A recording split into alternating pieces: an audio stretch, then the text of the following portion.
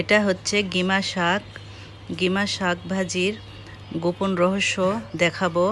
দেখতে হলে পুরো ভিডিওটি দেখবেন, ভিডিও টানবেন না, তাহলে গিমা শাক ভাজির গোপন রহস্য জানতে পারবেন। কিভাবে গিমা শাক ভাজি করলে ঝরঝরে হবে এবং তিতা লাগবে না।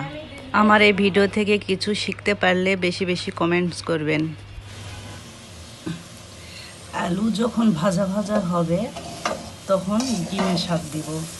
আগে গিমা শাক দেব না, তাহলে তিতা হয়ে যাবে। আলুর সাথে গিমা শাক দিলে তিতা হয়ে যাবে, তাই আলু যখন ভাজা ভাজা হবে তখন গিমা শাক দিব।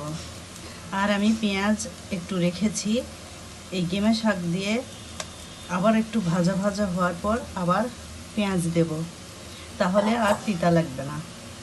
এটাই হচ্ছে গোপন রহস্য গিমা শাকের ভাজির।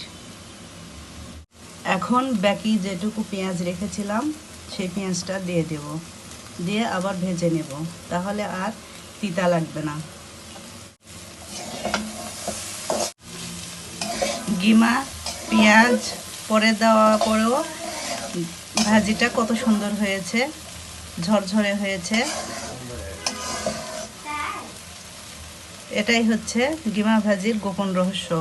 এভাবে ভাজলে তিতা লাগবে না।